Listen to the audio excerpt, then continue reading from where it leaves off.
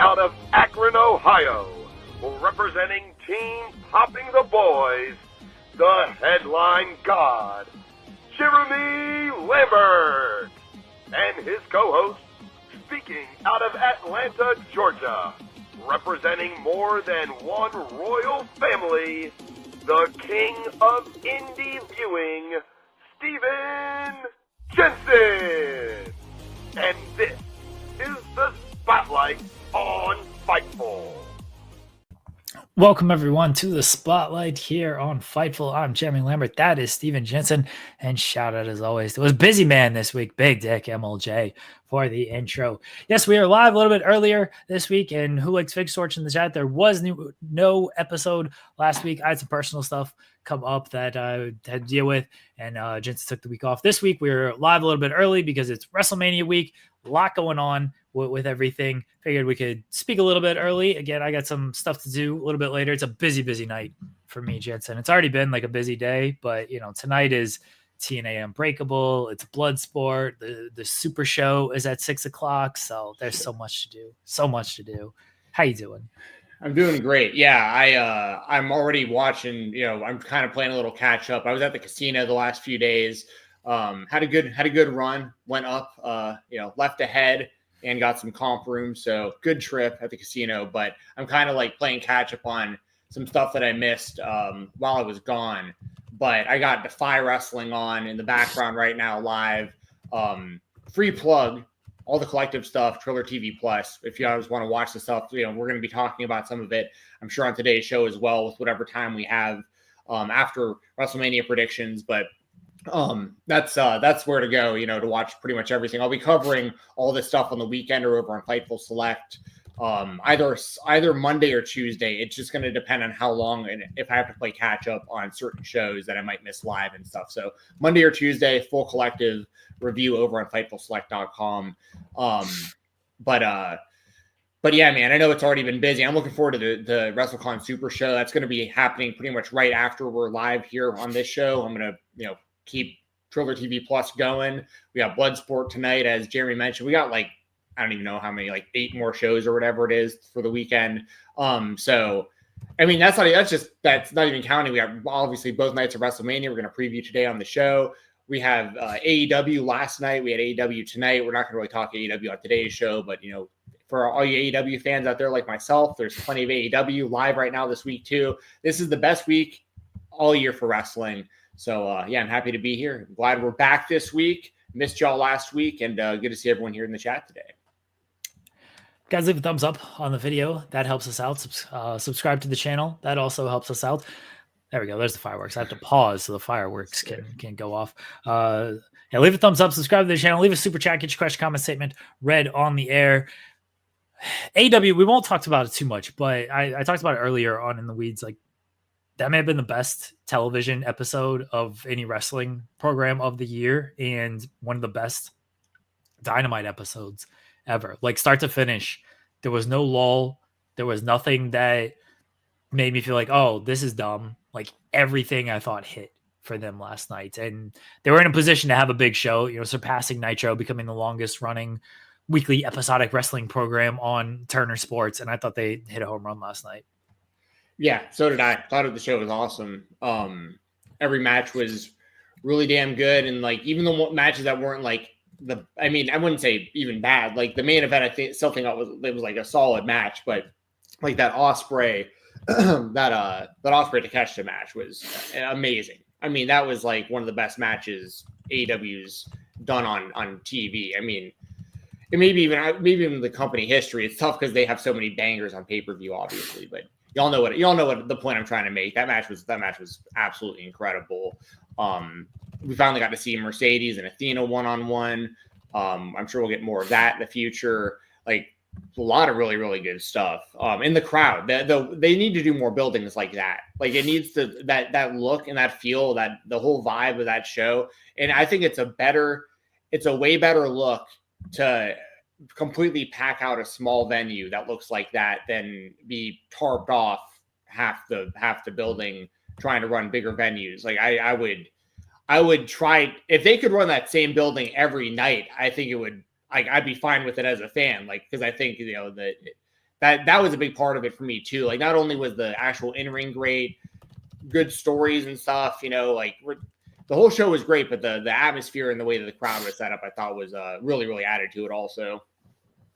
They've been doing those smaller venues all year, which has been a fantastic move for the company. Like there's sometimes they go to the basketball arenas or the college arenas, and you could tell it's a bigger arena and they got to scale it down and it doesn't come off. Like they've had hot crowds the majority of the year, I would say, but they've definitely gone to like the theaters a lot more this year. And it's been a marked improvement of their presentation because it feels a whole lot more intimate. The crowds are very hot throughout, and it picks up a lot better on television too. Like I think AEW, for the most part, I know I wasn't the biggest fan of the Moxley and Cope stuff, but aside from that, and I'm sure I've mentioned other stuff throughout the year, like most of their big stuff is hit this year, and last night was another big hit for them.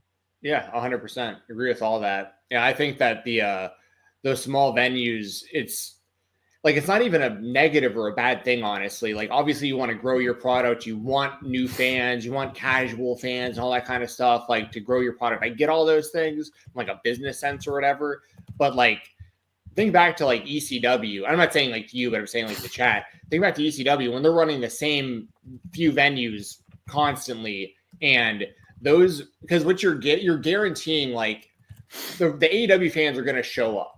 Like, there's going to be enough AEW fans for these smaller venues. So like you're always going to have like pretty much your hardcore fan base there, which is going to really help your shows too, because like everyone's in on what's going on. Like, so you're getting like genuine reactions from people that are actually fans of your product versus like bigger venues and trying to like lure in non-wrestling fans or people who don't really watch AEW or whatever. Like my friends, for instance, like when AEW is in town and I want to go to the shows, they've come with me a few times, but it was really early on in AEW's existence. Like when Cody was still there, and like, it was like, they didn't know Jericho was on the show until they showed up, and Moxley and stuff.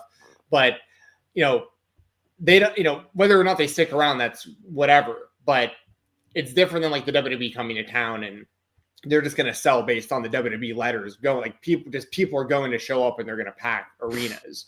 But for AEW, I think it's a really smart play. Like play to the sickos, like play to your wrestling audience, like small venues, and make it almost like not hard to get in, but you know what I mean? Like it's way better to be turning people away from a small venue than tarping off a big venue.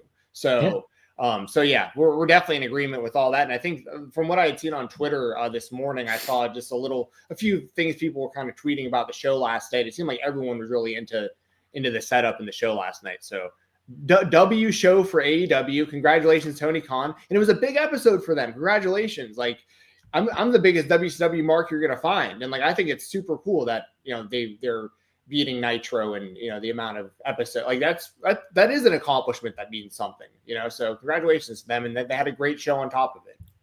I hope they're more petty tonight because they weren't very petty last night. I hope they do some petty stuff tonight on Collision. Yeah. All right, let's get into it. It is WrestleMania week. WrestleMania this weekend.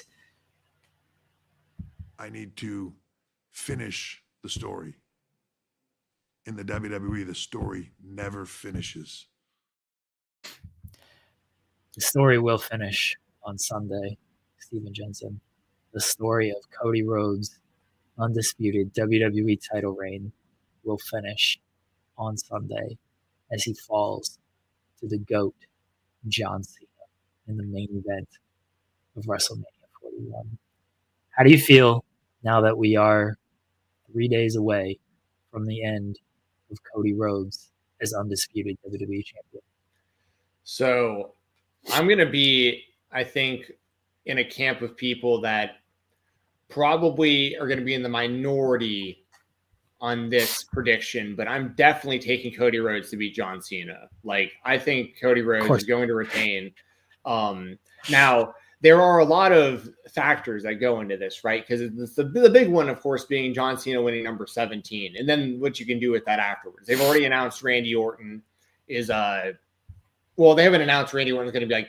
I'm assuming that Randy Orton's going to be in the championship match. Was it Backlash? I think it's in St. Louis, like right after, right?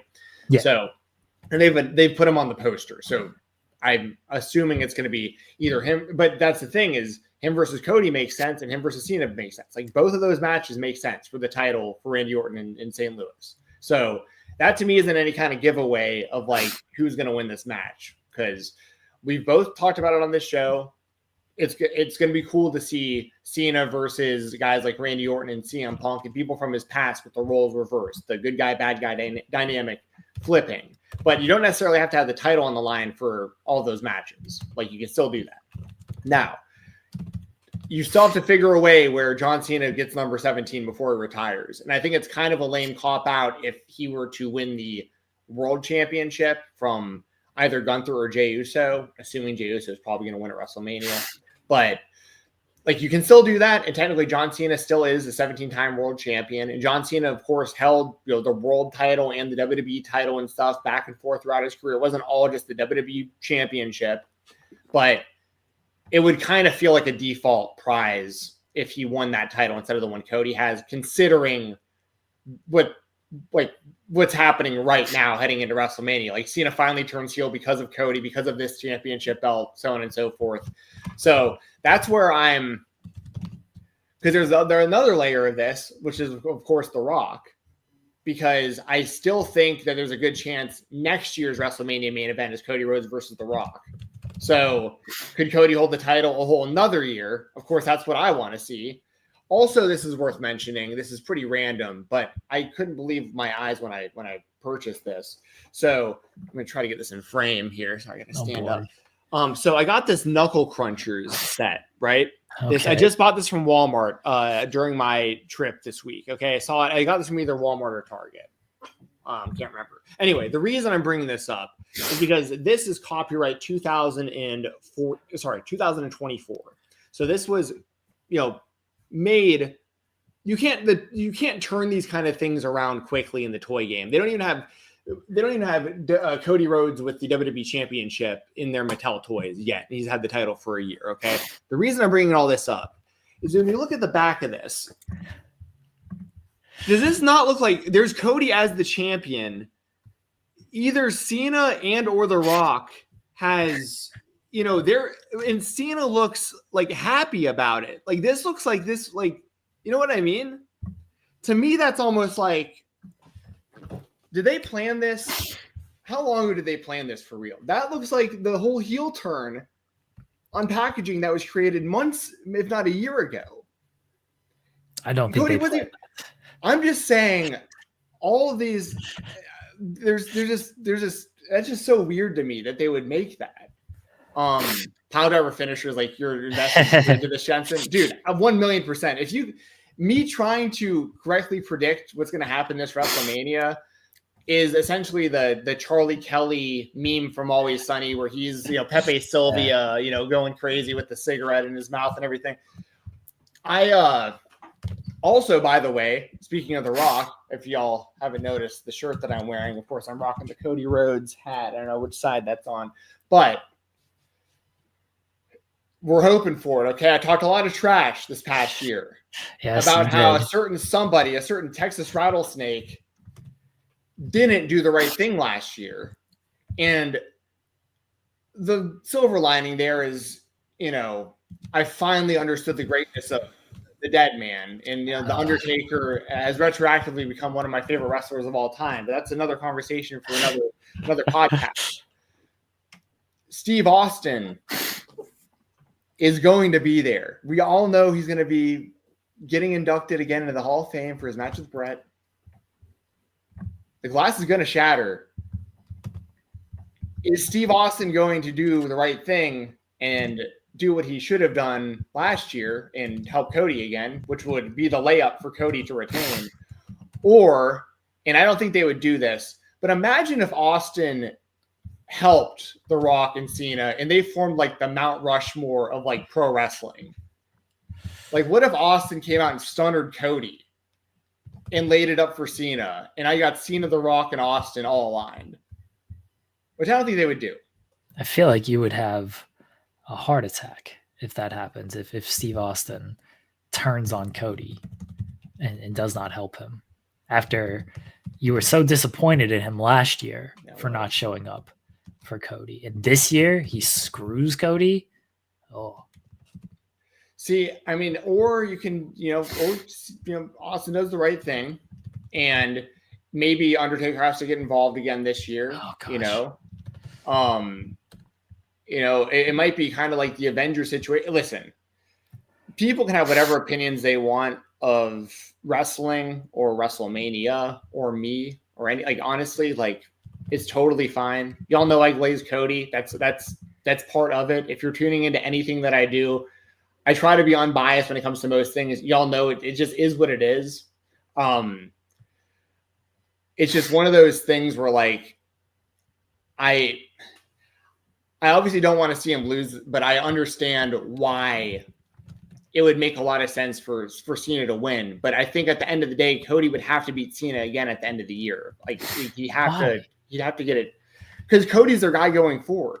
Like, for sure, he's their guy going forward. Cena's going to be there till the end of the year. But he doesn't have to beat Cena. Why can't someone else beat Cena? Who do you think they could have in a position by then to be the right person to do that? They could have plenty of people in a position, right? They're not lacking for baby faces. Why can't LA Knight beat John Cena? We're not going back to that conversation. We'll talk about that if that becomes a thing at some point. That'd be a really interesting turn of events. But, and as I was saying, I obviously I'm biased when it comes to these things, when it comes to wrestling, WrestleMania, my own bias towards Cody, but y'all can't tell me, even the most jaded wrestling fans in the world, you can't tell me last year's ending in WrestleMania, when, like, the Avengers basically happened for wrestling, that wasn't awesome. Like, come on.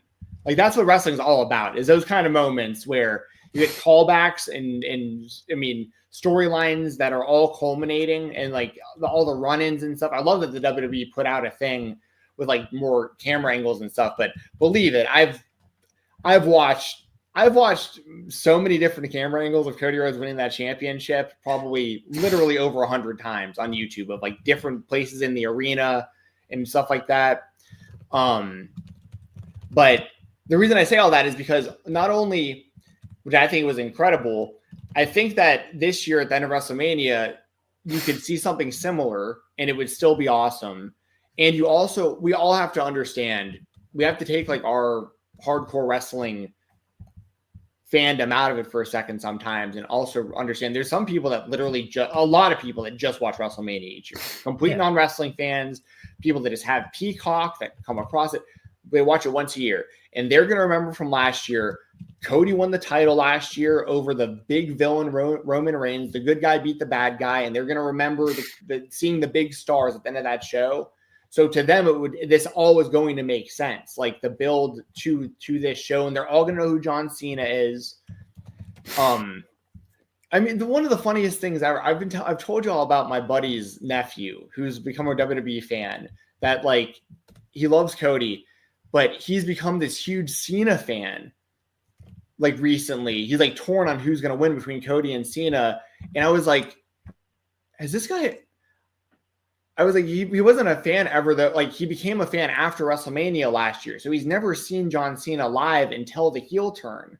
But WWE is so good. Like, he's such their target type of fan. I think he's not alone. There's a lot of people like this, where he has never seen Cena wrestle a live match before, ever.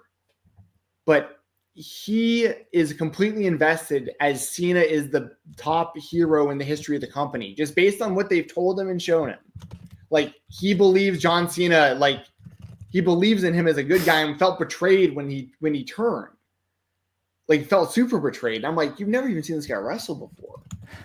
But you know what I mean? But the WWE is so good at, like, explaining these things and showing video packages and stuff that, like, it can hook certain people super quick like that. And that's what they try to do at WrestleMania. And that's what we're going to get a lot of stuff that, as a fan, I'm really good. I saw Triple H saying stuff about it recently, I think, about, like, fans should kind of take their business hats off and just, like, be fans. I agree with a lot of that, honestly. I've been saying that for a long time. No, I really do. Like, seriously. You have a podcast where you talk about this stuff. Yeah, but I'm also don't get, like, irate about it. I'm just giving opinions on it. Like, I think there's a lot of people get really, really, really overly fucking upset about this stuff. You know, like, my point with even bringing that up is like, it's fucking WrestleMania. Regardless of what happens, kick back and enjoy it. Like, this is like the Super Bowl for you being a fan. Like, have a good fucking time. But if Cody loses, I'm going to fucking riot. I mean, I will say that. I'm going to break my television, but I'm not giving any credence to this Triple H be a fan, not a critic nonsense that he's doing. Some people, I said it earlier today, I'll repeat it a little bit here. Everyone does this when it comes to weekly television. It doesn't matter what show it is. That episode wasn't good. That scene wasn't good. That performance wasn't good.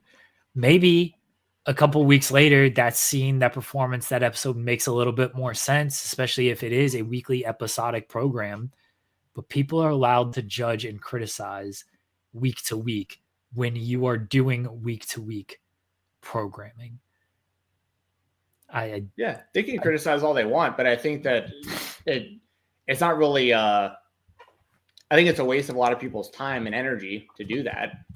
I think I agree with that. Like, how many people are on Twitter right now just bitching about wrestling for literally no reason? That's not going to be productive in any way, shape, or form. It's constant.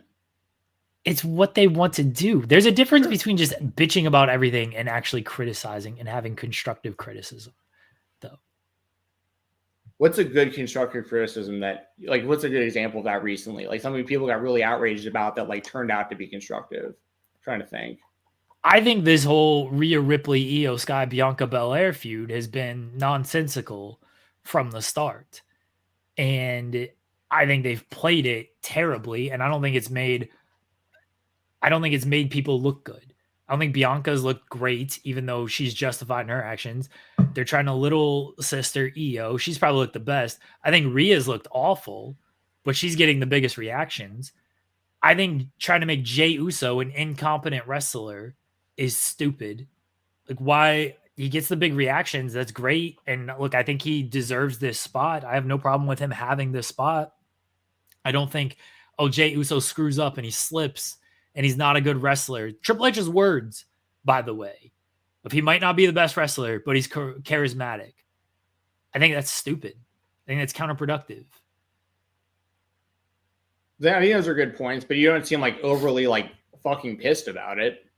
Like, those are constructive. That's like some constructive criticism, but that's not like trolling people online all day because of fucking viewership ratings and shit that fans really shouldn't be that concerned about. Well, yes, but those aren't the people Triple H is talking about. Well, see, that's what I'm taking it as, is like people that are. There's nothing wrong with being like, oh man, I didn't really like that match that much, or like, oh man, Jey Uso might not be the best wrestler, but fuck, look at the reaction he gets every week. I understand why he's in the title match.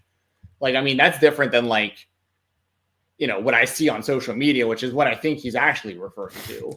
I think he is referring to the fans who complain and don't like certain things because he's finally facing criticism for booking where the past however many years, really up until maybe Survivor Series of this year, everyone was just like, everything WWE does is great.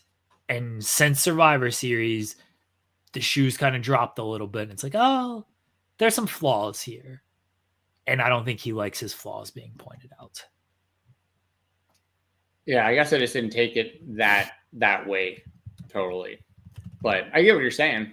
But I also think that they're putting my business hat on, though. Even if you're looking at it for like for criticism, to criticize them, they're literally doing the best business they've ever done. Sure, but I don't care about what their business is.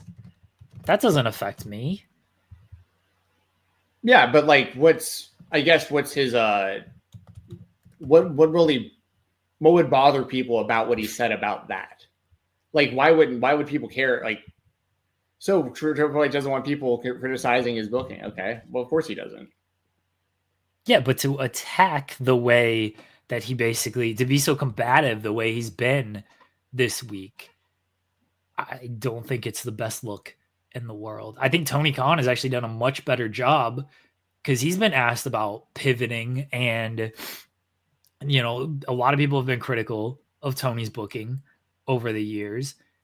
And Tony has, I think, done a good job of saying, like, I see some stuff. I think there's constructive stuff in there, and I try to take that into account.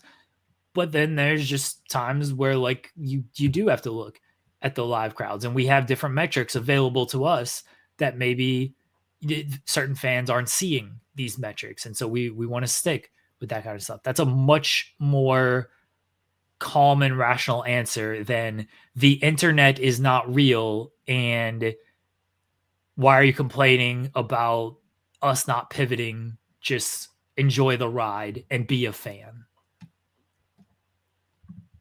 I don't totally disagree with it, though. I get what you're saying, but I kind of got to agree to disagree with you. I'm cool with going. Get Jensen a stand up for WWE shirt, everybody. No, I'm just saying, like, that's not that crazy or aggressive to me. It just isn't. Like, all right. Yeah. I mean, I've listened to a lot of Triple H interviews. Listen, you can say other stuff about other stuff he's saying. I get other criticisms about certain stuff he's saying and whatever, but like, I'm just saying strictly about the fans being fans. I mean, that's a big reason why I'm not on Twitter or social media like at all anymore. Like, it used to be fun to be a part of like the IWC and like be involved in like the discourse of wrestling, you know, what's going on. It's just like, it isn't, because it's like, it's complete. It's the level of like people who have no idea what's going on, but think that they do is insane. And it's completely unconstructive. And that's why it's like I used to like to read spoilers and all this stuff and, you know, whatever. That was years ago. It's like, I much prefer to just be a fan of the show. And I'm happy that I have a platform here that I can talk about wrestling, but outside of things that are specifically have to do with Cody Rhodes, and to be honest, when I'm overdoing it, it's part of the bit. I'm not like ever going to actually break my television because someone loses a fake wrestling match. But like, but at the end of the day, like, it's fucking pro wrestling. It's supposed to be fun. And that's why I like talking about it. I like to talk about the positives in it way more than I like to talk about the negatives in it. Not even close. Derek is asking me if I just saw the clip or the transcript, or if Buddy, I've listened to about 7 hours of Triple H interviews this week. I listened to the full interview with Rosenberg. I listened to the full interview with Andrew Schulz. I listened to the full interview with High Performance. All of those were an hour plus. The one with Andrew Schulz was nearly 3 hours. So I've listened to plenty of Triple H this week. I got his whole vibe and everything. Like, I do think some of it is a little like people are just looking at the quotes and just like, oh, he's saying this, like, why is he attacking so much? But when I have listened to the whole things, it all bleeds into him being a little combative about his booking, and he just wants people to be a fan and enjoy the ride and not be so constructive or complain. Like, if he's complaining about the fans that complain, fine. That's the people that he's complaining about. Like, there's always going to be people who complain about a lot of things when it comes to wrestling. There's a difference between those fans and people who do want to enjoy the show and are constructive about things. I get where you're coming from. I once again, I think that I think Tony Khan, you know, the way he handles it's the way he handles it too. They're both grown men who can handle it however they want. They run businesses that are both successful. So it's fine for me. It makes my job easier. Thanks, Triple H, for these lines and these headlines you're giving me. I appreciate it. So it doesn't bother me what he has to say. I just sometimes you gotta take some criticism on there and not just do the be a fan like my buddy Mark, you know, because he's been doing this act for a while. This ain't new. No, sure. And I see it at press conferences and stuff where he ducks certain questions and stuff. I get it, but like, what do people expect him to do? Like, do you really think that he's going to be like, oh yeah, the booking sucked that time, that I really fucked that up? He's going to be like, come on, just watch the show. Like, not okay. You've done like 10% of the show. You like the other 90%. Like, take it or leave it. The show's incredible. I don't like when people ask booking questions because I don't think there is a winnable situation on that. Because no, I don't expect him to be like, oh, the booking sucks and everything. I just think it would be better if you just ignore that kind of stuff. Well, it's a whole other conversation in itself that a lot of these people shouldn't be out there even doing this much media and taking certain questions to begin with, to be honest. But like, that's a different conversation. I'm reacting to what's happened, like, you know, but I'm not like mad or arguing with you about it. I agree with what you're saying. I agree with what you're saying to a degree. I disagree with some of it, but I think it's the same with the chat. That's also why it's healthy to have healthy conversation. See, this is regardless of where the conversation started, which is kind of ironic. This is a example of a constructive conversation happening right now, where two people that are friends that can agree to disagree about something, but also still be on the same page for the most part, can just move on, and we're still wrestling fans. We're still buddies. It's not even a big deal. No, I'm going to get off this stream and bury you. No, because I think we both have points. I think I've been wrong about certain things. I think you've been wrong about certain things. Who fucking cares at the end of the day? You know what I mean? Like, Ani Collins with the super chat, go wrestle, yay friends. There you go. That's what it's all about. Shout out to Auntie Collins. I assume they're doing a show on Sunday. Maybe not. Probably. Regardless, it's hard to know. Everyone's schedules are all off with WrestleMania. The hours of these shows, with me covering the collective, like, you know, I'm going to be up all weird hour. I mean, because like, there's no way that like the clusterfuck is going to start anytime close to the scheduled start time. You know what I mean? I'm going to be up all night some of these nights, but well, go watch past episodes of Wrestling Made Me Cry with Auntie Collins and Kylie. So if they don't do a show on Sunday, there you go. All right. Yeah. All right. We got all the Triple H stuff out of the way. Now let's talk about Nick Khan. All right. Nick Khan's out here talking about freezing wrestlers out. You're going to really make that kind of conversation when you're, I'm just kidding. I'm not going to even go down that rabbit hole. I want to actually preview. By the way, I thought Sean had a really good tweet about that. I think I retweeted it about, I think something that this is the last thing where I'm going to talk about that's non-WrestleMania related, because I'm very much looking forward to the WrestleMania part. I think for one, wrestlers that have, like, successful wrestlers that can afford it, that especially that are on television, should have some sort of representation, some sort of agent, somebody who's helping them that like really understands the business and how to navigate that. And it really shouldn't be a stress on the performer to even have to deal with that.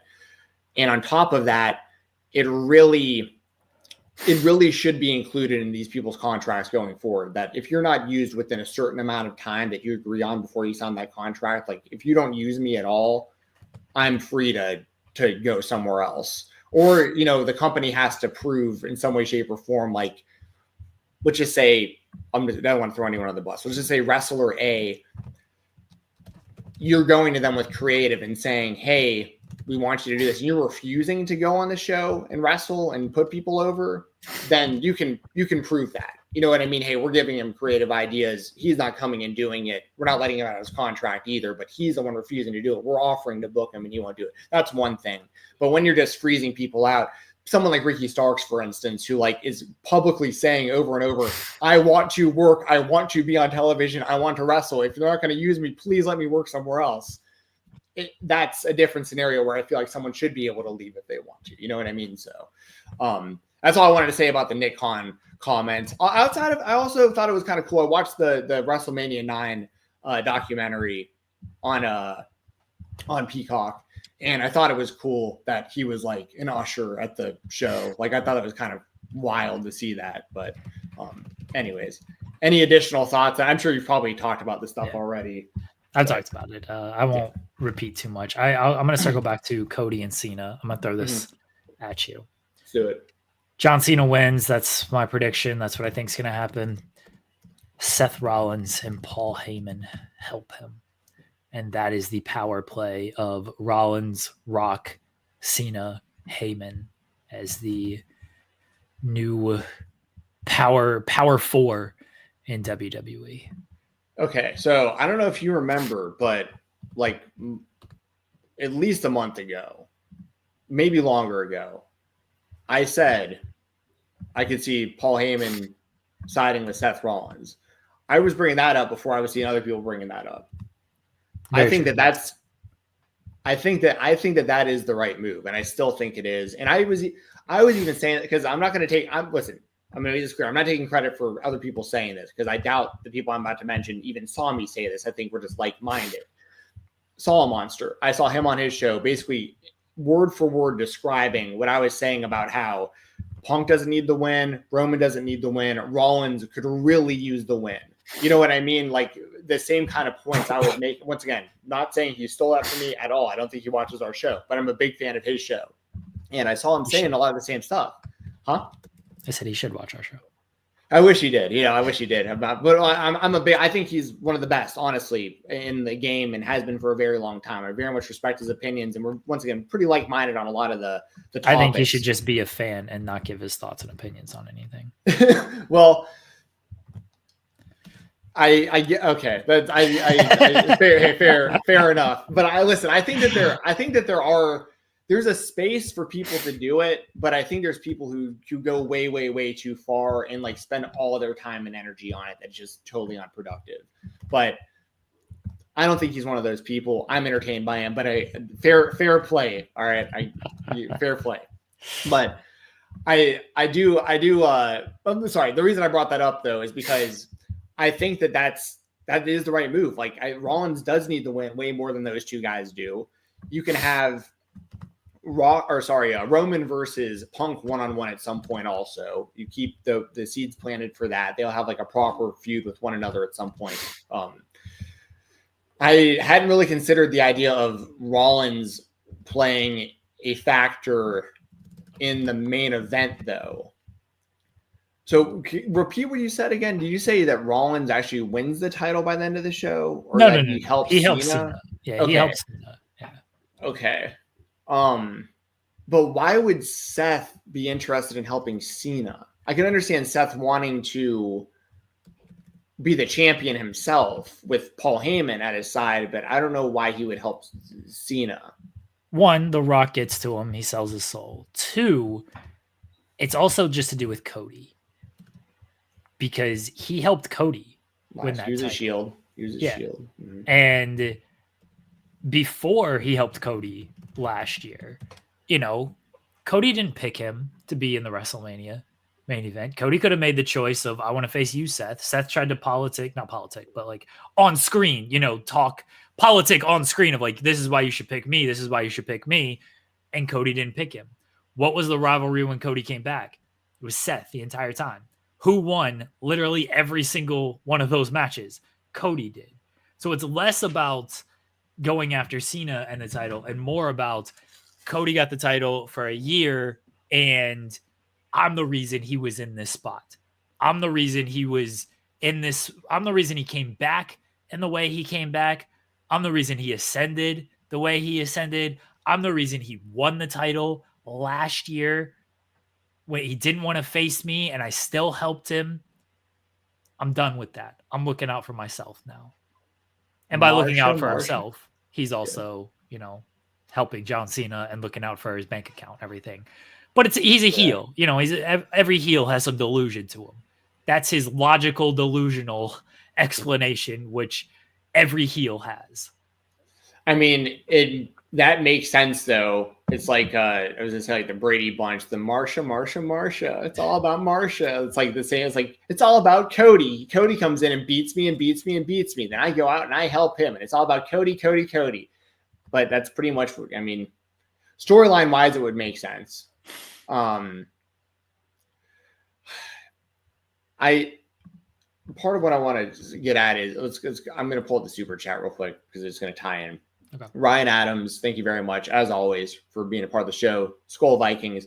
By the way, if anyone else has super chats that they want to throw our way, we'll make sure to put it on the screen. We'll answer your questions, read out your statements, all that good stuff.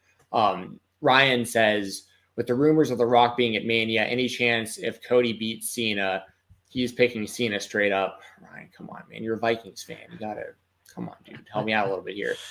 Could they do something like Mania 9? With The Rock making an offense in another match and lose, and if so, he would pick Drew. So he's basically saying like The Rock would come out and choose like a surrogate basically to come out and like win the title for him, and it would be Drew McIntyre if Cody beat Cena. I think. Is that kind of what you're saying? I think that's how I understand what you're saying.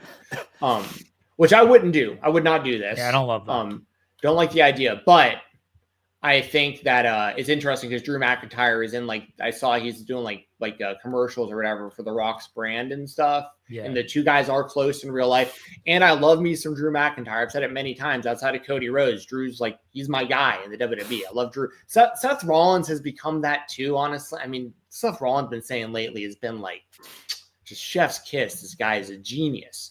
But I think that I like all these guys being involved actually, like with The Rock potentially. But to tie into your super chat, Ryan, I think it's more likely that we get The Rock versus Cody next year for the title. I think they'll pay that off at some point. Although I get it, we got to get The Rock and Roman one-on-one at some point too, probably also. But I think it would have been The Rock versus Cody this year had The Rock been able to wrestle at Mania this year, I think. Yeah, I don't love Cody retaining and then The Rock comes out and is like, well, actually, now you got to face this guy. I don't think that's and I guess the point of this is not to have a satisfying conclusion to WrestleMania. That seems a little too much, honestly. Like just help Cena win at that point instead of doing something like that, or have a Drew McIntyre or a Seth Rollins in your back pocket to help Cena instead of doing it. Well, this is the guy who is actually going to beat you for the title. So. Yeah, I'm with you. I don't see that scenario happening, but I do appreciate the super chat. And I think it was an interesting scenario.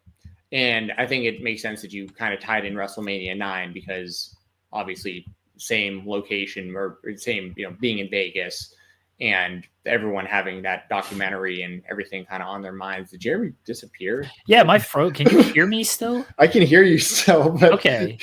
But it's just the WrestleMania side. Yeah, apparently everybody just hears my voice because I'm gone off the screen. Well, as long as I can be heard, I guess it's fine. But I guess if you want to log off and back on real quick, that'd be cool. Just in case, because. Why? It's much funnier if. Well, yeah, but it's nice to be able to see if you're trying to talk or not. Like, I don't hear. Yeah, kind of. No, let's just do this. Yeah, I'm John Cena. This is my John Cena bit. This is so weird. I've never seen that happen before. Let me stop my camera and then turn it back on. Nope, didn't do anything. That's so weird. All right, I'll pop out and pop back in. Okay. All right, chat. What do you got for me? You guys got a few seconds before Jeremy's back. Anything that I missed? Apologize if you hear that mouse. Actually, let me see if I can just do it with my trackpad. That's quieter.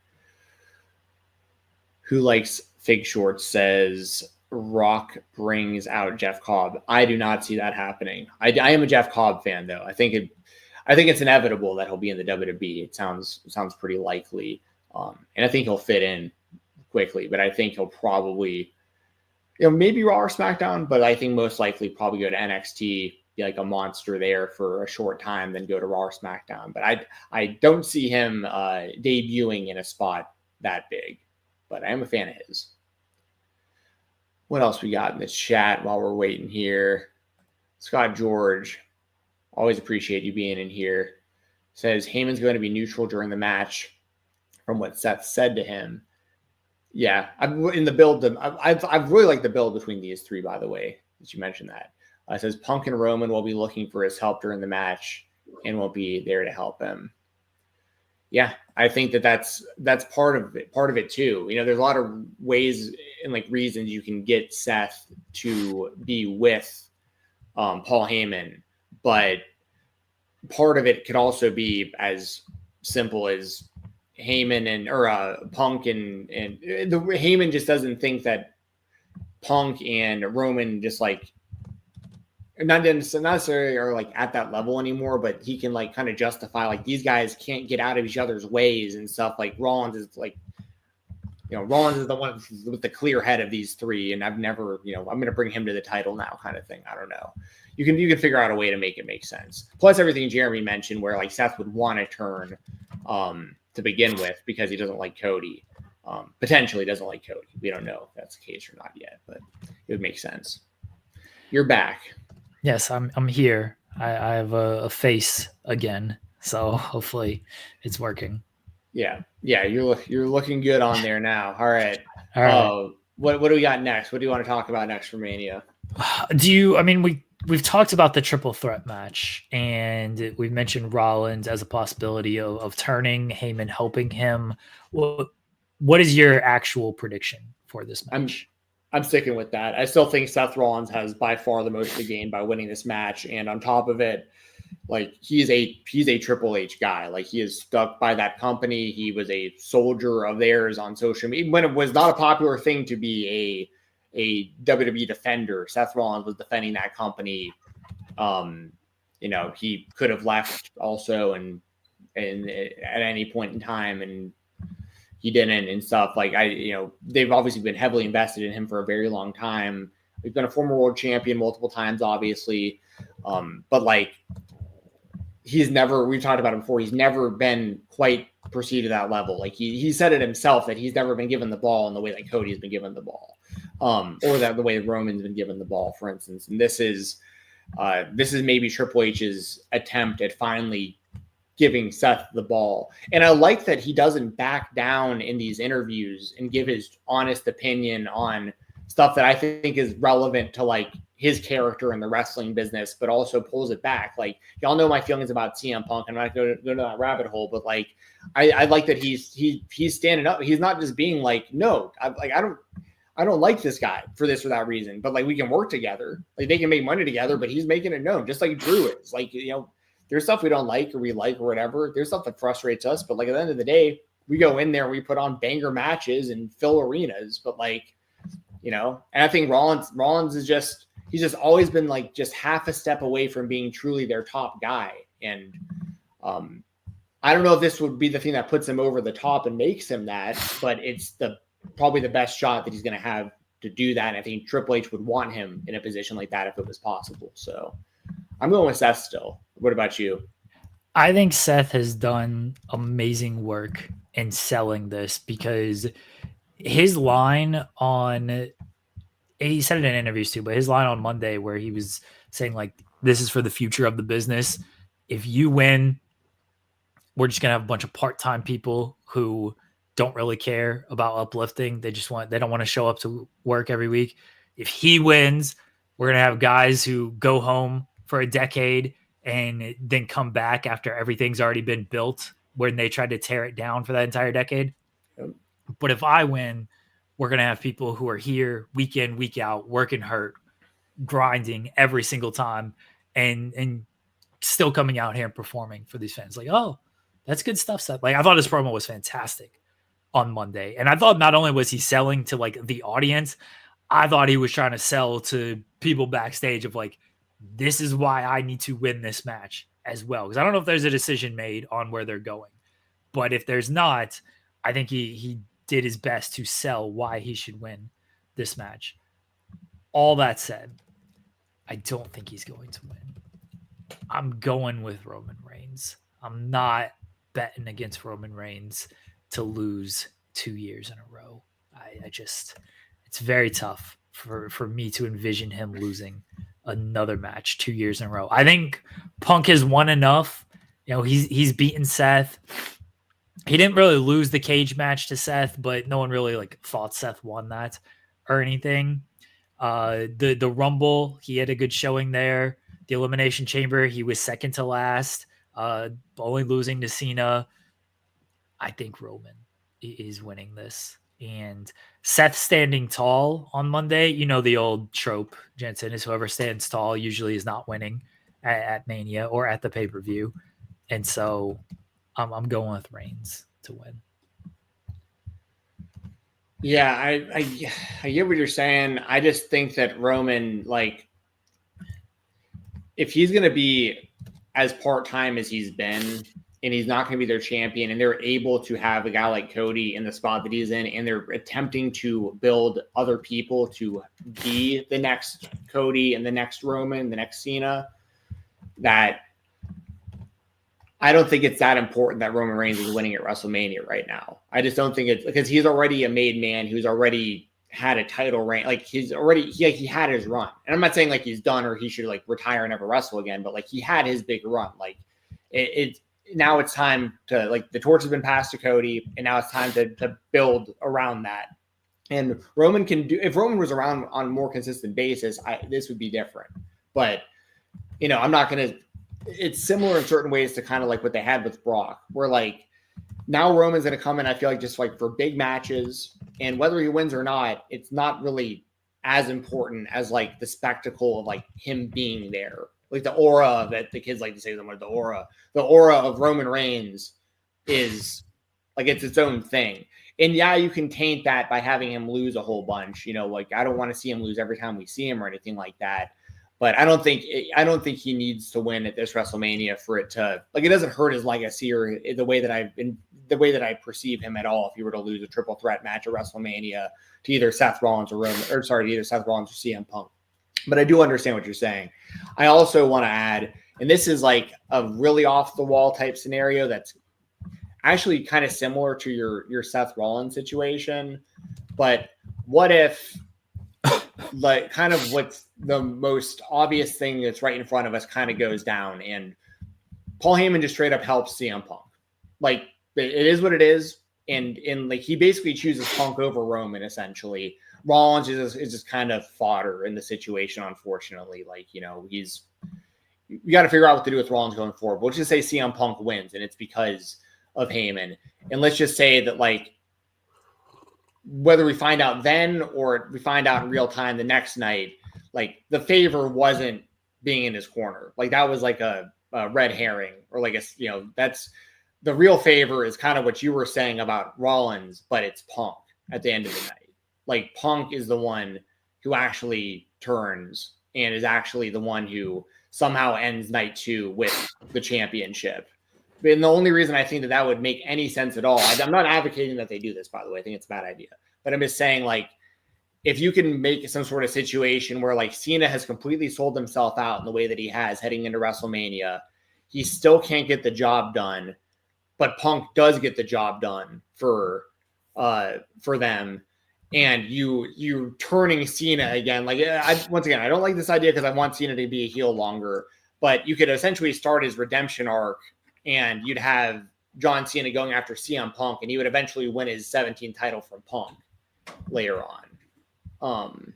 But, you know, it's kind of similar to your Rollins thing, just with Punk, which I don't like either situation, by the way. I don't think either scenario should happen, but I'm just kind of throwing it out there that, like, maybe Punk somehow main events both nights of WrestleMania and winds up the champion at the end of all this. I don't know if that's going to happen. I understand you're just throwing out a scenario. Yeah. Oh, I don't think it's going to happen. Yeah, I'm not like saying it's going. Yeah. Yeah. I know. Sure. I know. Yeah. Yeah. I don't foresee that, but I do like the idea of. I do like the outside the box thought of it. I don't foresee it happening, though. I do think that there is a very real possibility that Heyman just does side with Punk, and that's that. He sides with Punk, and we get a big Punk and Roman feud for the summer, because I do think that's one area that they missed on this buildup, is we never got a big Roman and Punk like promo segment. Like, we had them in the ring together. They did little talking with each other, but there was no true back and forth, no history reference that we know they could reference. Like, Rollins carried a lot of the heavy talking in this.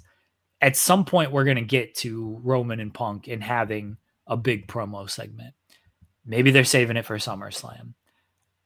But whenever they do it, like, it's obviously going to be a big deal. And where does Heyman side on that? Is he with Roman? Is he with Punk? Is he off with Seth and it's just Roman and Punk doing their own thing? But it feels like Paul Heyman would probably be a central figure in that. which makes me believe he would side with one of them at WrestleMania. Yeah. And this is where we're kind of with our conversation earlier. I think this is like a good example once again of like a constructive conversation. And this is also why I don't think Triple H should be upset about if like he heard us having this conversation right now. You know what I mean? Because this is like it's just thinking kind of like logically through the possibilities here of four characters including Heyman that we're very invested in. So it's like, what do we think will actually happen versus what winds up actually happening? And like, it's just because you bring up such a good point about how, I mean, Heyman would, if they're going to do Punk versus Roman one-on-one, like you feel like Heyman has to be involved in the middle of that. Like you have to. It's just too in front of them not to do that. It would be kind of a curveball if they didn't, if they were just like, screw it. Like they're just going to go one-on-one and he's going to go off with Seth and do something totally different. But I don't think that's likely. I think it's 99% likely that Heyman would have to be in the middle of the Punk versus Reigns thing. But if he was, I don't think he would need to side with either at WrestleMania because that would be a big part of the story of like, who is he going to side with? So you wouldn't want to know whose side he's on heading into that. But so is there a scenario where, I guess there could be obviously, where Heyman doesn't really turn on anybody. Like Heyman's out there with Punk. He teases a whole bunch of stuff both ways, but doesn't ultimately really choose either. Seth still somehow wins. I mean, regardless, anyone can win in this scenario, honestly, but I'll just say Seth wins. And then Punk, this is, I think, the most likely scenario right now. I'm going to throw it down right now. The most likely scenario. Paul Heyman does not actually side with Seth Rollins.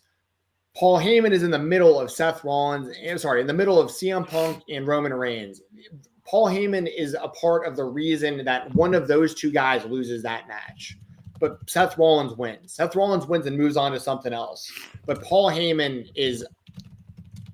he plays a part in the finish, but you leave the match not knowing who he actually was trying to side with. So that when they go into Punk versus Reigns feuding one-on-one with one another, a big part of the story, as you mentioned, is the question of who he's ultimately going to side with. I don't need more Paul Heyman drama to stretch this out.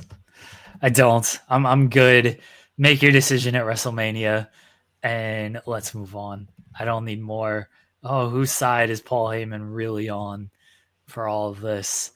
No knock on Paul Heyman. Yeah, I get it. I do think there is a lot of value in Paul Heyman. SP3 and I joked about like Paul Heyman's more valuable than a championship. That championship just weighs you down. You got to get it through customs and everything.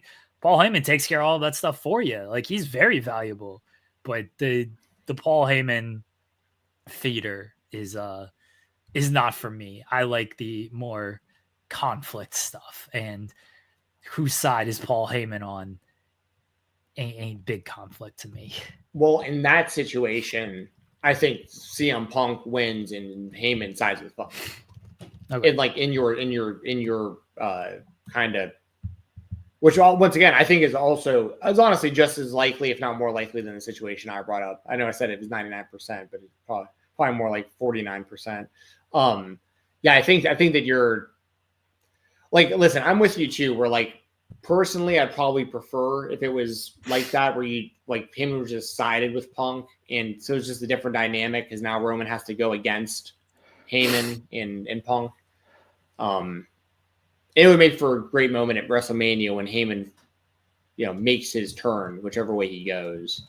But at the end of the day, though, I'm sticking with it just because I was one of the early adopters on this theory. I was saying it before I heard anyone else say it. I'm going with Seth Rollins. But I'm going to say Paul Heyman sides with him, so just because that's what I initially said. But either way, I hope Rollins wins the match, so I'm going to go with him. Okay. What else from WrestleMania? I know there's a lot on the card, but you want to run down and do like full predictions for everything? Yeah, we won't spend nearly as much time on most of these, but yeah, okay. Whatever you want to start with. Okay, we'll go through with night one then, and then we'll obviously jump over to night 2. So night 1, the match not confirmed that's opening, but Jey Uso has said he's pushed for its opening. Jey Uso and Gunther for the World Heavyweight title. Yeah, I think it's a no-brainer. I think you have to go with Jey Uso. Like that's one thing about the Triple H stuff I'll agree with from earlier that you brought up, that I don't think it's a great idea for Triple H to like essentially admit that Jey Uso isn't very good in the ring, because this guy's in the ring with Gunther, who is known as one of the best in the ring, and this is for a championship belt that's supposed to signify that you're the best wrestler in the world. So like if you're admitting that this guy's not a very good wrestler, but he's holding a championship saying he's the best wrestler in the world, that is a little strange. That said, I don't think Jey Uso is nearly as bad as what people are saying he is. I think that his performance at WrestleMania last year against his brother wasn't what we were hoping for. It did not meet expectations. Like, I'll admit that 100%. It was probably it might have been the worst match on WrestleMania last year. I mean, honestly, but people don't. I don't know if it's just me. Maybe I'm just glazing this too much. But like the Saturday night's main event match between Jey Uso and Gunther, no, that was good. Was really good. Yeah. Yeah. And the fans really wanted to see Jey win that night. Like, he was super over. And I've been to WWE Live since then in Atlanta, and like I've seen it. I've seen it multiple times because they were here for Bad Blood not too long ago. I've seen the whole Yeet thing and how over it actually is in person, and how it keeps getting bigger and bigger. Plus the actual story, it was lacking from the Royal Rumble until recently, but then once Gunther bloodied him up and everything, like that was like this has been really good in my opinion. I don't think you have to be John Cena got You Can't Wrestle chance for half his career. Like he was not a great in-ring wrestler either. He was very clunky, did super basic stuff. I mean, you want to go back even farther, it wasn't nearly as important at the time, but like the Hulkster barely did anything. Punches, kicks, and punches, a boot, and a leg drop. It was it. He didn't do anything. Steve Austin, I'm wearing the guy's shirt, but a lot of when he was at his peak was punches and kicks. It was stomping mud holes in people and hitting stunners. He wasn't doing a whole lot. Like, and neither does Jey Uso. He's ultra over. I think this match is going to be as good, if not better, as the Saturday night's main event match, because it's on a bigger stage. There's been even more build to it. Jey Uso won the Royal Rumble. That it's going to be another thing where it makes the Royal Rumble matter, because I think it is a shame that neither winner of the Rumble was actually main eventing either night of WrestleMania. I think that's a problem, and they need to correct that by they need to stop advertising that you main event Mania when you win the Rumble. They need to just say you get a title shot. That's it. Stop saying the main event thing, because it's not true anymore. But if Jey Uso beats Gunther, then it's still like the guy who won the Royal Rumble went on to Mania, so it's still a big deal, and it mattered a lot, and he got the title on the biggest show of the year. Don't know how long Jey Uso's title run goes. I don't necessarily even want to see Gunther's reign end. I really, really enjoy Gunther's work. I have for a very long time. I think he's only getting better. I got mad respect for the amount of like weight he's lost and the shape that he's gotten into. It's like incredible to see what he looks like from what right now to like 10 years ago. It's unreal. And he's always been a fantastic in-ring worker, but now it's like he's a real superstar. He really is. In a company that I thought he was completely going to be fucked in. I said it 1,000 times because I covered NXT UK for the Weekender the entire time that show aired. And I would say it over and over. This guy totally rules. Love Walter. This guy's the best, but keep him away from the main roster, because the second they get a hold of him, he's screwed. They brought him up to like Survivor Series one year and had him get beat like immediately. And I was like, this is so bad. He's going to be tucked away in NXT forever. And if he ever gets anything bigger, he's screwed and his career is over. I thought he was in just a doomsday type scenario. And that dude has completely proved me wrong. Granted, there's been management changes and a lot of things that have happened over the years since then, but I love seeing the position Gunther is in, because I always knew he could do it, and wrestling fans always did too. He's been an awesome world champion, but Jey Uso's got to win the title on this show. It's got to happen. They got to have their yeet moment, like their yes moment. I thought it was going to close the show out. I've said that a bunch of times too. I thought it was going to be the main event, but we know it isn't at this point. So I think they opened the show that way. Yeah, again, Jay's been pushing for it to open. He said that he would like to open the show, and I think that makes the most sense since it's obviously not going to main event. We also on this card we have for the women's championship, Tiffany Stratton and Charlotte Flair. I know you haven't talked about this Tiffany and Charlotte stuff. What'd you make of all of this that's been going down between these two? I mean, I get what they were going for, but like it has not been executed well, I guess. Well, I don't think they were going for that though. Like that seemed to be No, I think I think that they were trying to go like inside baseball and it just backfired, is what I mean. Yeah, like they were WWE was trying to go for that. No. I'm not saying that. I mean by what they were going for. I mean Charlotte and Tiffany. Like once they got into the situation where they thought each was being shot on, they thought it was going to come across like this big like, you know, like watching Yo Mama back in the day on MTV. Like that was, but instead everyone was like, "What'd she just say? Did she really just say that? Oh, that was too. Oh no! Cool. Oh, it was just really cringe. Hilarious. Yeah, but not for the right reasons. It's funny. Yeah, it was funny, but like it wasn't supposed to be. Like that. Once again, I'm always referencing Always Sunny, but one of the most famous episodes they ever did, The Nightman Cometh, when Mac is wearing the cat eyes and he's like, the crowd's laughing at him, but he's going for gasps, not laughs. He's going for gasps, not laughs. He's getting laughed at. That's the situation that they were in, where they were going for gasps and people were laughing at him. That's not what they were going for. Listen, I think the match is going to be good. You know, Charlotte Flair is always going to bring it on a big match. I never bet against Charlotte on a big show, and I'm not going to start here. I'm going to say she's going to win. That's my prediction. I'm not saying that's necessarily the right move, and I know there's a lot of Charlotte Flair haters.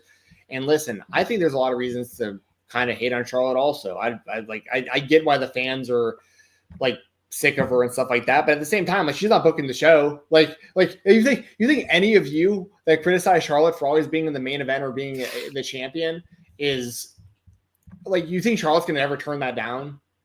You know what I mean? Like people, I think she gets a lot of hate because of the position she's put in, but it's a pre-written show that she's not writing. So like, but I get you can. The fans are voicing their displeasure more so also kind of to the WWE when they do that. I get that too, because they're booing, basically saying we don't want this, and she's going to be catching all the strays in the process. Like it just is what it is. But like, anyway, I'm not one of those Charlotte Flair haters, but something has felt off since she's come back to me. Like it just doesn't. Something isn't. I don't know. It's been a little off. They haven't figured out if she should be a babyface or a heel, and it screwed everything up. Yeah, well, because I think she was supposed to be a babyface, but she's getting booed like a heel, and they haven't, I know, like pivoted or whatever. But like, it's just kind of. I think at the end of the day, it's going to sound really weird because we're talking about the build to the biggest show of the year, but like. At the end of the day, I think the most important thing when it comes to this was going to be the in-ring match either way. Like, I think that like this is the most important thing is the build was weird. I will totally admit that, but I think they're going to have a really good match with one another. And so by the end of all this, that's really what more people are going to be talking about. Although when Charlotte winds up winning the title again, a lot of people are going to be bitching about it, but WWE knows that. They know that's going to happen. So if they want that to happen, you're kind of falling into their trap a little bit too, you know, just understand that. So Charlotte should boot her and win in 30 seconds. That's how I would book this whole thing. Boot her, Sheamus, Daniel Bryan. Boot her, put her in the figure 8, and Tiffany taps out. And that's the whole match. That's what I would do. Tiffy tap. I think that would be the funniest possible outcome. Well, it sounds like we're both taking Charlotte. I kind of think Tiffany's going to win, honestly. I think Charlotte is. It's so hard to choose against her on any big show. Like it really is, and it feels so safe though. Like it just feels okay. Charlotte gets another title. Like there's actually something to do if Charlotte fails, and if she just is the champion again, we're getting what we've always been getting with her and what everybody's complained about. And this is where I think I don't want to be a fan. I want to be constructive in my criticism of, can you do something else with Charlotte? Because if we just get her as a champion again, we've seen all of this before. If she loses, if she actually fails, oh, now we might get a different side of Charlotte Flair. Until she comes out the next night and just dismisses it and like, yeah, I lost anyway. There's another women's championship. I'm just gonna go after that now. Right. Which unfortunately could happen. No. I mean, there's obviously the thought of like passing the torch to a degree. Tiffany is new and, you know, very. I haven't seen a ton of her recently, like in the build to WrestleMania. Is she still like as over as she was when she cashed in? Like, are the fans still like that into her? Or has this kind of all been lukewarm for like both of them? She hasn't been put in a great position to be over. So she had the match against Roxanne Perez on SmackDown, and like the crowd reacted well enough to her. But I mean, the rest of the build, like the crowd ate up that in-ring segment where she mentioned the divorce and everything. Mm-hmm. So the crowd loved that.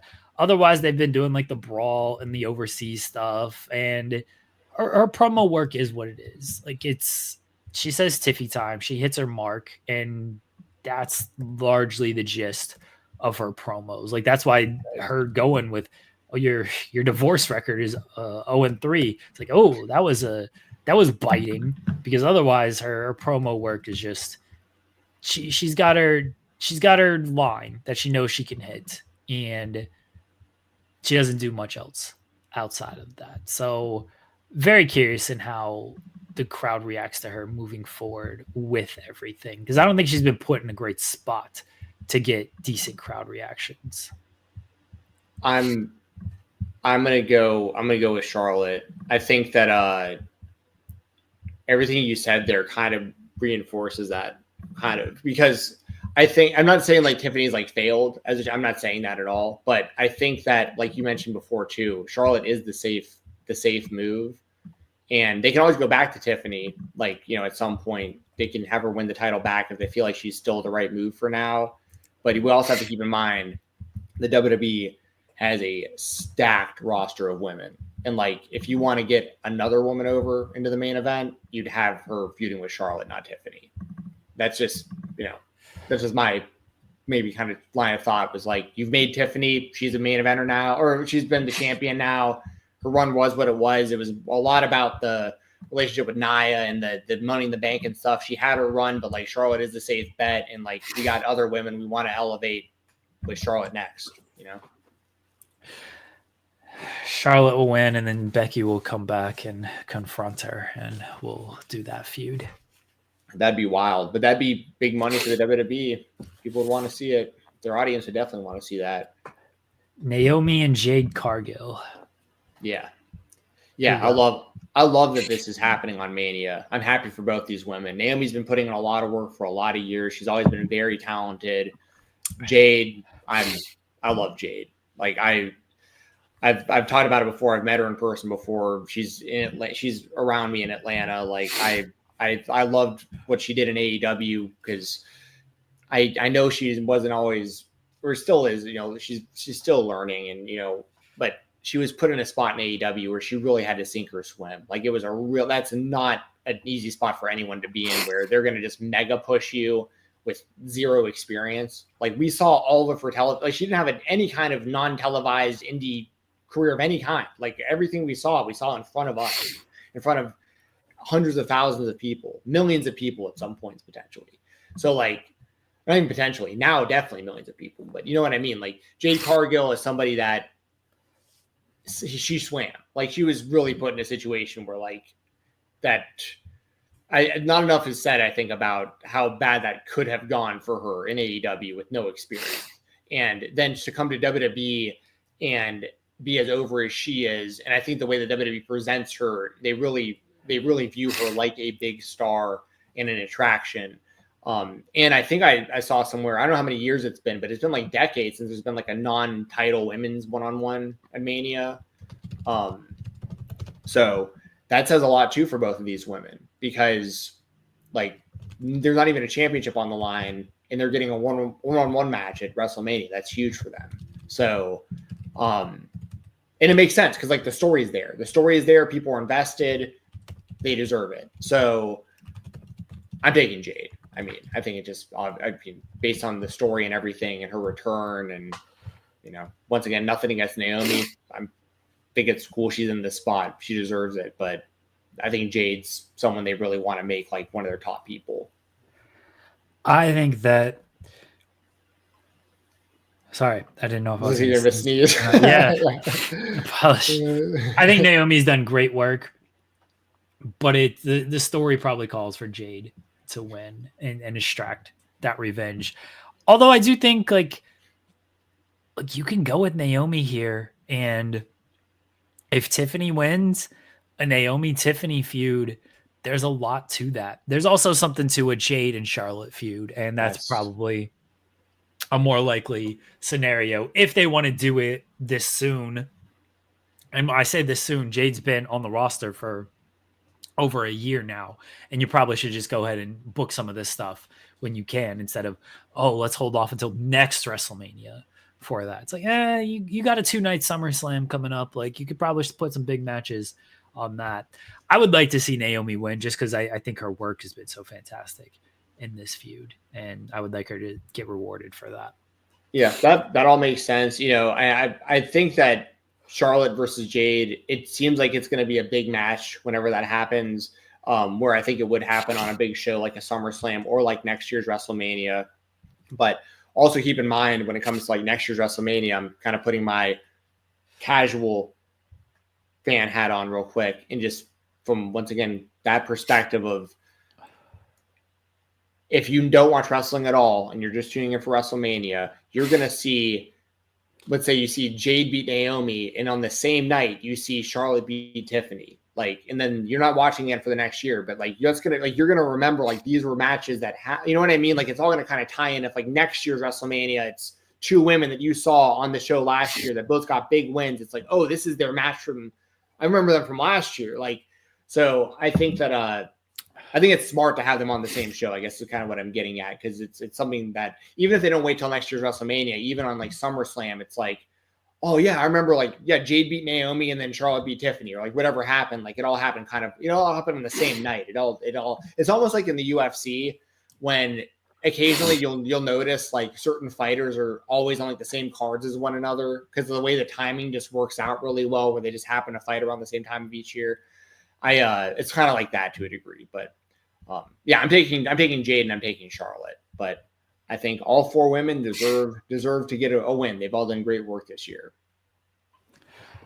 Also, except for Charlotte, who hasn't done much. Sorry, sorry. Go ahead. Also on night one, we've got LA Knight and Jacob Fatu.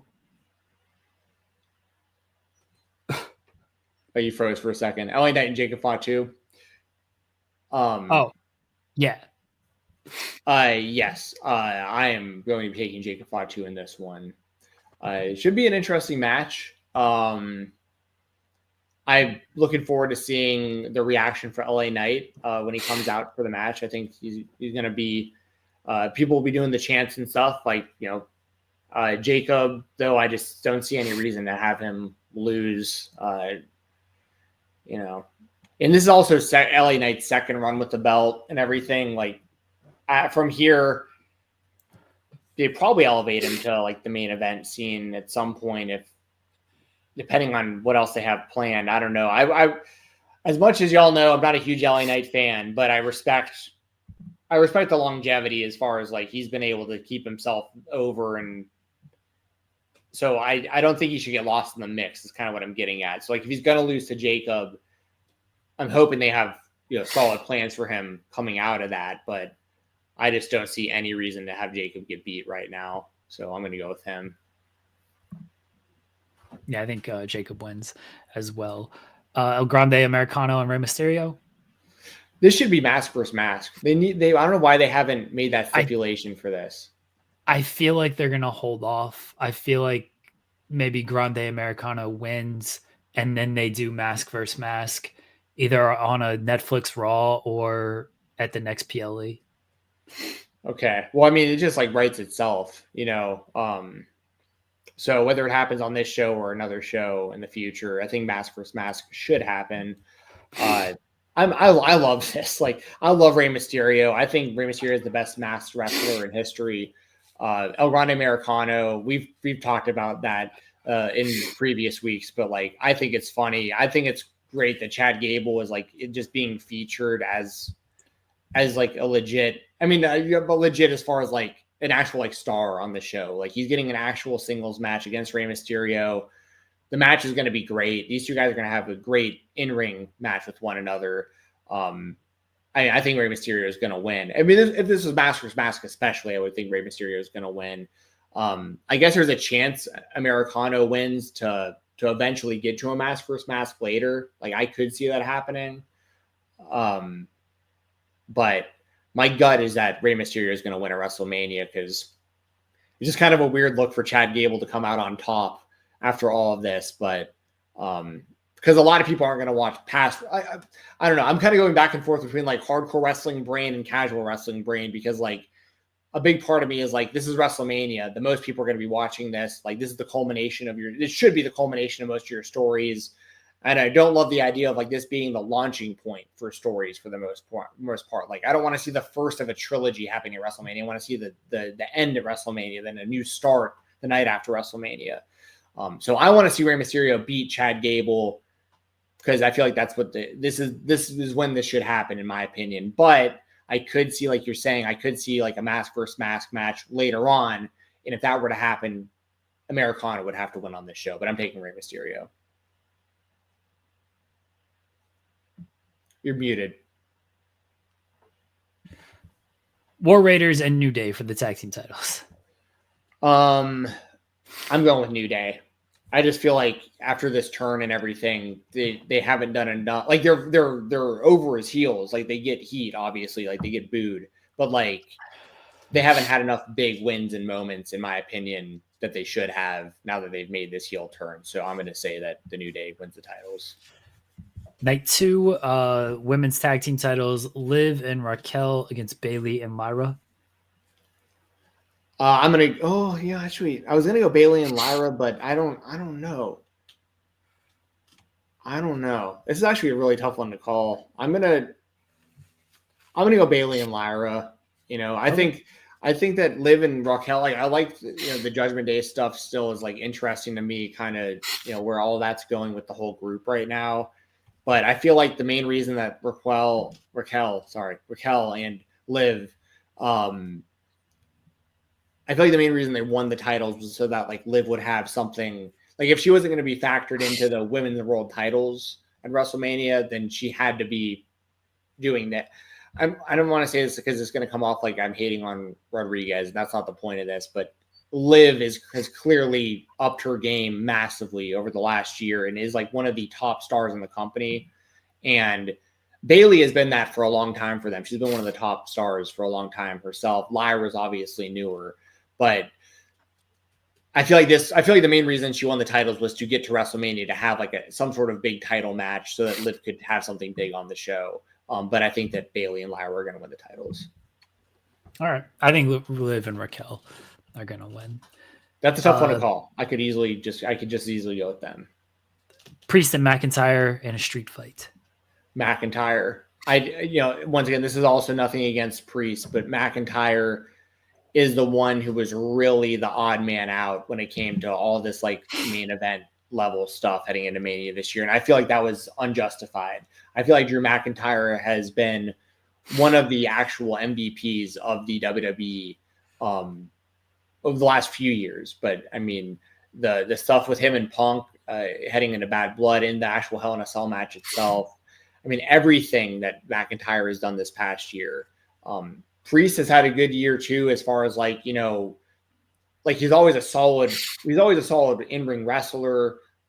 He had that world title reign that it was what it was. I didn't think it was great, but I don't know how much of that's on him either. There seems not the same as Seth Rollins. Like, I'm not really comparing. It's not like a one-on-one comparison between the two, but there's like something missing between Damian Priest and that next level. I see Drew already at the next level, and I feel like Priest isn't quite at the next level. I see Drew at a very similar level to like Rollins. Like they're like right there, just below that top tippy top spot. I just don't see Priest on that level yet. But it makes sense that it makes sense that they're wrestling at WrestleMania. They both deserve a big match. I just wish that Drew was involved in something bigger. And the build makes sense because Damian has cost Drew and his road to WrestleMania this whole time. So it only naturally makes sense that they'd wrestle each other on the show. So, but to me, this is a no-brainer. I go Drew McIntyre all day. I'm also going with Drew. He makes the most sense to win this match and carry that momentum forward to potentially challenge for. Look, if Cody retains, Drew makes a lot of sense as a first challenger for Cody. So, and if Cody doesn't retain, if Cody does lose, Drew just makes a lot of sense to be as the top heel on the show, especially if Cena's not going to be around full time. So I think Drew should win this one. Intercontinental title: Braun Breaker, Dominic, Finn Balor, Penta. I'm gonna go Dom. I'm gonna go Dirty Dom. Okay. Yeah.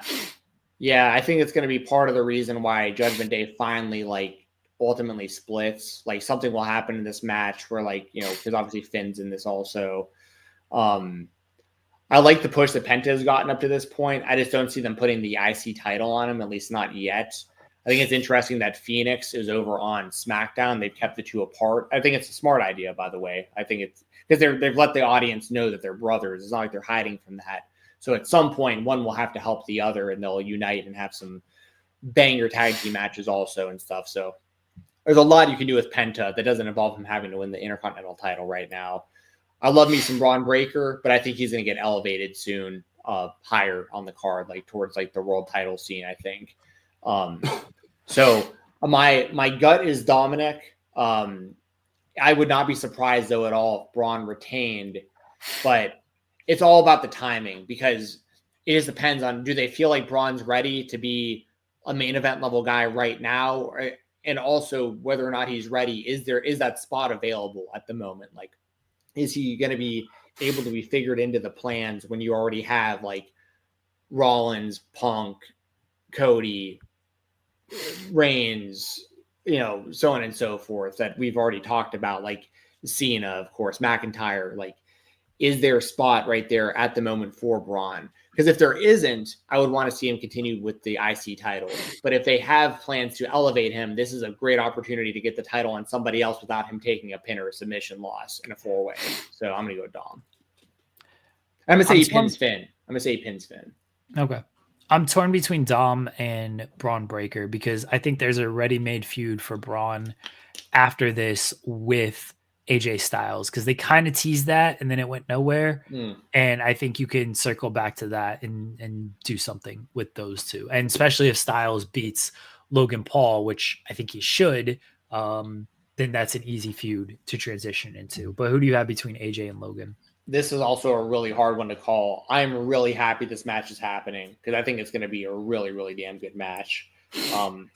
Said it 1,000 times. People can say whatever they want about Logan. I am very, very aware of his outside of wrestling antics. Very aware. But within the context of the WWE, the dude has great matches consistently. And AJ is somebody that I think he matches up with on paper. I mean, this is probably the best person they could have him in the ring with, honestly.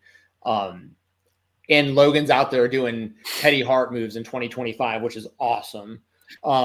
It's great that Teddy, considering the human being Teddy Hart wound up being, that it's almost ironic that Logan Paul is going to be the one benefiting from the dude's move set on TV in front of millions of people. By the way, it was weird that when I was at the casino, I was there on Monday. And was there Monday through Wednesday, but on Monday night I was like, oh man, all right, I'm gonna go up to the room for a little while and watch a little Raw, cool, while I was cooling off from some of the gambling. And I get in my room and I'm scrolling through the networks and I'm like, oh shit, this is on Netflix now. I was like, I didn't have my laptop or any of my systems or anything, so I was like, this is the first time I've been in that dilemma. I could have watched off my phone, but I was like, damn, I never really thought about that. That's the first time I've actually been in a pickle, not able to watch the show on a TV. But I still think it's smart that it's on Netflix. I 99.999% of the time, I just watch it off Netflix on my TV at home. That said, I'm going to take, it's tough. I'm going to take Logan. I'm going to go with Logan. No. He's a great villain. He's a great villain for them, and they can do more with him as a top heel, even if he's part-time. With him. Women's world title match: Io, Rhea, and Bianca. I feel like Rhea's got to win after all of this. Like, I agree with you about. Well, I agree with you about how like the booking of this has not been good, but I'm not like irate over it. And I'm not going to complain on Twitter about it. But I will say that Rhea, regardless of gender, but if I want to specifically pinpoint the women, she's probably the most over woman in the entire company. So I don't know why they even thought that this route of getting her to WrestleMania was like, this isn't how I would have done it in any way, shape, or form. But once again, I'm not writing the show, so it doesn't really matter. Bianca is incredible. Absolutely incredible. Io, also absolutely incredible. So we have three of the best women in the entire world. Three of the best wrestlers in the entire world.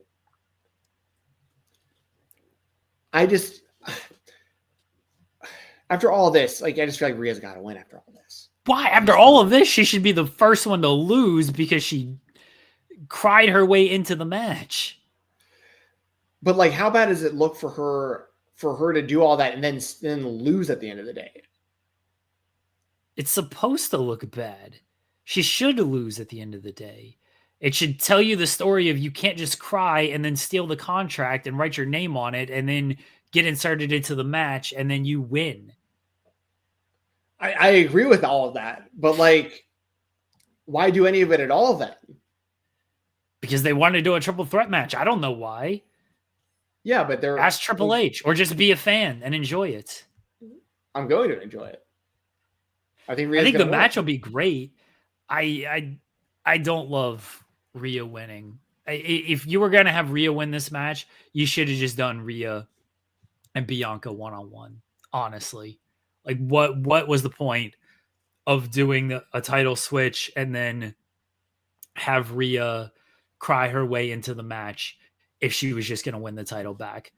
Just keep her a strong champion, have her face Bianca one-on-one, and then she wins the match. Like, I think Io's retaining or Bianca's winning.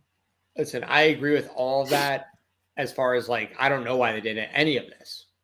Like, I don't know why they did any of it, like including taking the title off of Rhea and why they didn't just do a one-on-one match outside of somewhat of a reward to Io, I'd imagine, because she's been fantastic all year. Like, so if she was boxed out of like, if they were in a situation where they're like, well, we really want to do Rhea versus Bianca, but Io had been so great all year, like we need to get her factored in because she like nothing else made sense. And they're like, well, she's always going to be credible as a champion. Like we can get the title on her, and then we have all three of them in like a super match because it's all three of them instead of just two of them.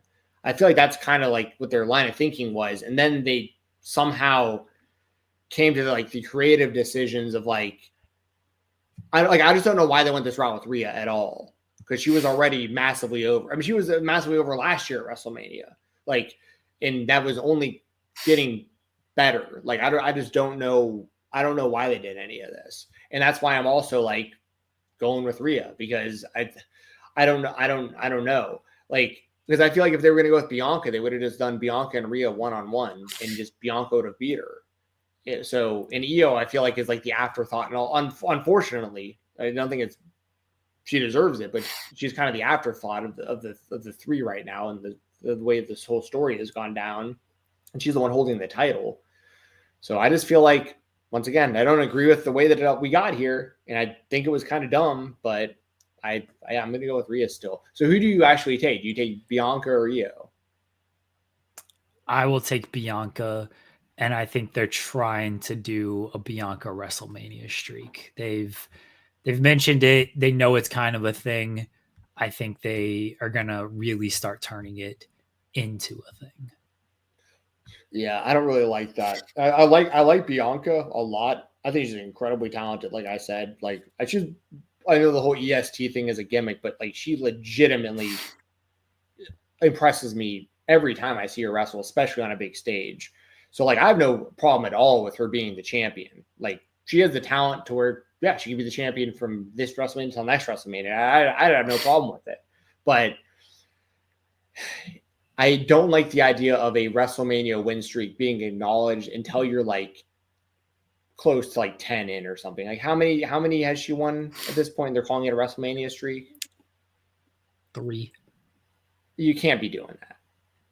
Like that's a dumb thing to do. That's an unnecessary pressure and a cloud on something that shouldn't even be there, because that's not like, that's cool for her, like good for her that but like I think Edge went like 7 WrestleManias unbeaten or something. People were starting to like rumble about like, is he a WrestleMania streak or whatever? Like, I mean, come on. Like that's not, once you get like to close to 10 or whatever, okay, let's start talking about the streak. But we're also comparing this to a streak that Undertaker won 21 in a row on. Like I don't want to hear it at 4. I'm sorry. It's 4. Sorry, my math is bad. I knew it started at 37, but I did not count 37. So I was counting 37 to 40, which is addition 3, but you obviously have to count each as their own individual, which is 4. So that's my fault. That's the mathematician in me failing. All right, so that's WrestleMania. I got limited time left. You want to quickly hit on the indie stuff? Sure. When I figured, like, I knew we were going to mainly be talking Mania, so I wasn't even really that prepared as far as like collective stuff. I did preview the collective, pretty much every match that I knew was going to be happening on any show that I knew was going to be happening. I gave a prediction for over on FightfulSelect.com, so that'd be the best place to go for like the full collective preview. There is already shows that have already aired. There was a Defy show that was actually happening during the beginning of when we were live here. There's going to be the WrestleCon show later today. We got Bloodsport later tonight. We've got Joey Janela's Spring Break coming up. We got the Clusterfuck coming up. We've got Tokyo Joshi. We've got so much stuff going on. And then that's not even including, like we mentioned before, all the WWE events and the Hall of Fame and everything else included with WrestleMania weekend, plus the AEW shows that have been going down. Like Jeremy mentioned, last night's Dynamite was fire. Collision tonight. I'm hoping that they bring it tonight also. I hope it's an awesome show. So I don't know. I guess like one of the main things I have my eye on for the collective is the For the Culture show. I think it's tomorrow night around midnight. I'm really looking forward to Zilla Fatu versus Joshua Bishop. So that's a match that I think people should circle on their calendars. And I think it's very possible Joshua Bishop wins the title from Zilla on that show, which I think would be awesome. And I'll throw this out there too. If Josh happens to win that match, I will try to get him on to talk about it soon here on this show. Even if he loses, I want to catch up with Josh Bishop anyways, but the timing would be great if he happens to beat Zilla, that we could catch up with him, because great to see him back. And I think I'm really looking forward to Zilla Fatu versus Josh Bishop. I think it's gonna be awesome. We got Sabu versus Joey Janela. That's a big one this weekend. No rope barbed wire match, so that's one to definitely have circled on your calendars. Bloodsport from top to bottom looks super interesting. There's a lot of WWE talent on that show too. So like, even if you're not familiar with Bloodsport and you want to see some of your favorite wrestlers, you want to see like Natty Neidhart in like a totally different scenario than what you normally been seeing her doing for the last couple of decades on WWE. Like, it's going to be, cool for WWE fans that maybe never checked it out. And it's going to be cool for me, who's a fan of that style and everything and the Bloodsport shows. So, looking forward to those. Trying to think, we got Yoshihiko doing some performances this weekend. That'll be interesting. Always good to see Yoshihiko out there. I think they got Yoshihiko versus Suzuki, I think, on one of the shows. And we've talked to Cole Radrick about Yoshihiko, and I can only imagine how stiff Yoshihiko will be with Suzuki. So very much looking forward to that. But yeah, I mean, I can sit here and break down the whole thing. What were some of the things on the top of your head that you're looking forward to for the collective? Bloodsport always. I love Bloodsport. so I'm definitely looking forward to that.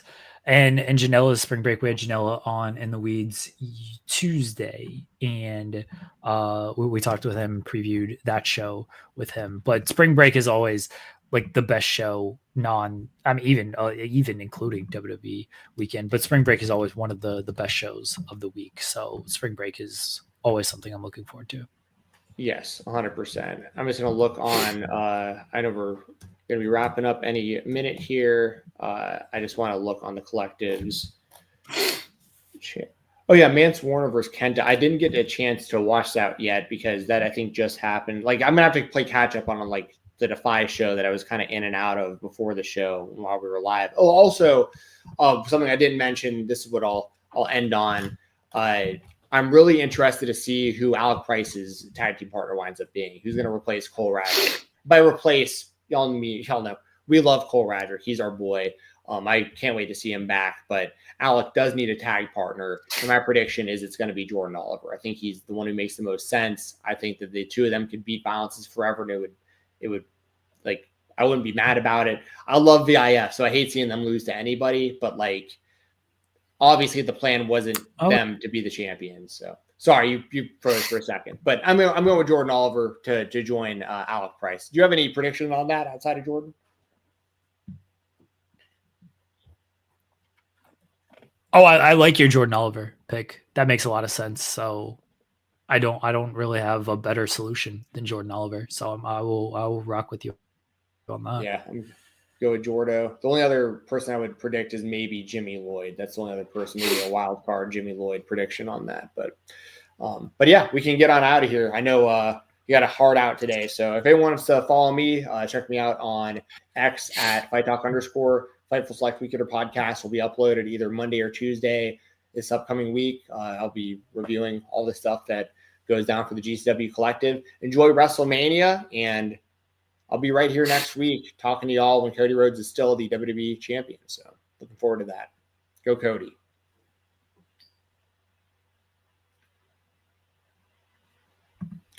Everybody, I'll be back tomorrow in the weeds, 10 a.m. Eastern. Myself and SP3 will have more Mania talk and more fallout from what happened today in the world of wrestling. Until then, talk to you. Oh, I did miss a couple of super chats. So Tom Talks Rubbish. I didn't even see those. Super chat just said, "Hey, awesome people." Yeah, and Sorry, Ryan just said $10. So appreciate you. Oh, thank you. Sorry, Jeremy, you've been freezing. I'm not trying to talk over you. Thank you very much, Ryan, for the super chats, and Tom for the super chat. Also, I forgot to mention I will be live on True Heel Heat on Saturday with SP3 and their crew. So I'll be on, I think, 11:30 a.m. till noon on Saturday. So y'all can actually catch me there for a little more Cody Rhodes glazing before the show starts. All right. We'll talk to everybody later. Bye, everyone. Go